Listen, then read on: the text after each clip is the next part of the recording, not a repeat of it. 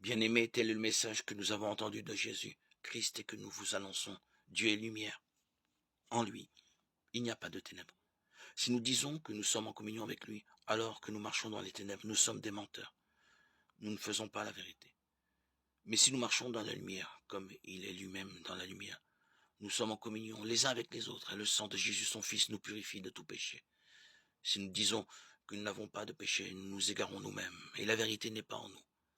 Si nous reconnaissons nos péchés, lui qui est fidèle et juste va jusqu'à pardonner nos péchés et nous purifier de toute injustice.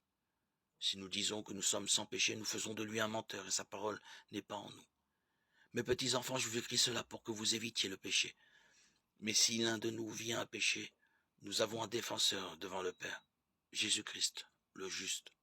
C'est lui qui, par son sacrifice, obtient le pardon de nos péchés, non seulement les nôtres, mais encore ceux du monde entier. Lecture de la première lettre de Saint Jean. 1, 5, 2. Ici, dans cet évangile, il faut nous garder de l'inflation sacrificielle qui envahit notre compréhension du mystère de l'amour de Dieu, manifesté pour nous en Jésus-Christ. Il n'est nullement fait mention ici d'un sacrifice, mais de l'hystérion, qui désigne en grec le couvercle ou le dessus de l'arche ou de l'autel où Dieu vient rencontrer son peuple lors de la fête de Kippour.